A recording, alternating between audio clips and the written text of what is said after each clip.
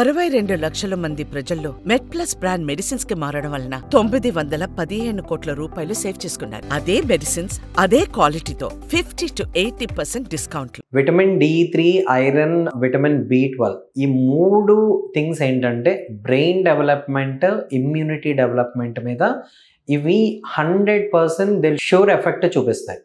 Vitamin D3 అన్న పదార్థం ఏంటంటే మ్యాక్సిమం సన్లైట్ మన స్కిన్ మీద పడినప్పుడు మన స్కిన్లో ఉన్న కొన్ని కొలెస్ట్రాల్, స్టెరాయిడ్ పదార్థాలు బ్రేక్ అయ్యి ఆ vitamin D3 active product form అవుతుంది.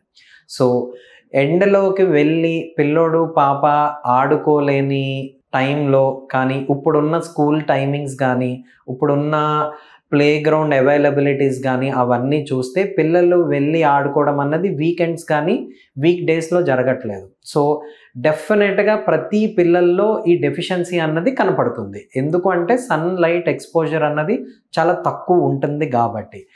బట్ ఈ విటమిన్ D3 అన్నది పుట్టిన పిల్లల నుంచే ఇప్పుడు కొంచెం ఆర్గనైజ్డ్గా ట్రీట్మెంట్ అన్నది స్టార్ట్ చేయడానికి ట్రై చేస్తున్నాం. సో ఆ డెఫిషియన్సీ అన్నది మీరు ఇఫ్ యూ క్యాన్ అవాయిడ్ చేయగలిగితే definitely there will be A change in immunity and brain growth of the పిల్లల్లో.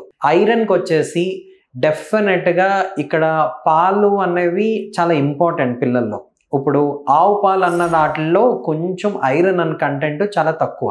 ఆవు పాలు తీసుకునే పిల్లలు ఒక 8-9 నెలల నుంచి అప్పుడప్పుడు ఆవు పాలు చాలా మందికి స్టార్ట్ చేసేస్తారు.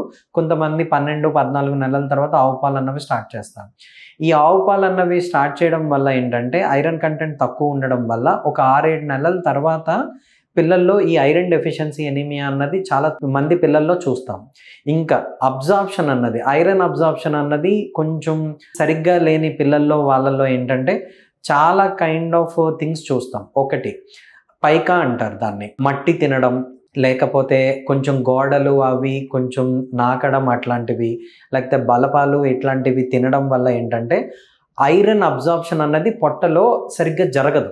ఆ జరగకపోవడం వల్ల ఏమవుతుంది అంటే బ్రెయిన్ గ్రోత్ మీద ఇండెఫినెట్గా చిన్నపిల్లల్లో ఎఫెక్ట్ ఉంటుంది. వాళ్ళల్లో ఏంటంటే లేజినెస్ ఎక్కువ అయిపోతుంది. 5 కిలోమీటర్లు పరిగెత్తాల్సిన బాబు 3 కిలోమీటర్లు మాత్రమే పరిగెత్తగలుగుతాడు. సో ఎలా అయినా కూడా ఇది ఇండెఫినెట్గా బేబీ యొక్క గ్రోత్లో డిఫెక్ట్గా కనపడుతుంది.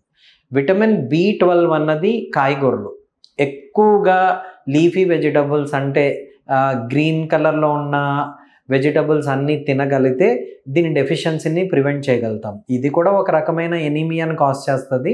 మళ్ళీ ఏంటంటే కొంచెం గట్ హెల్త్ అన్నది కొంచెం బెటర్గా ఉంటుంది.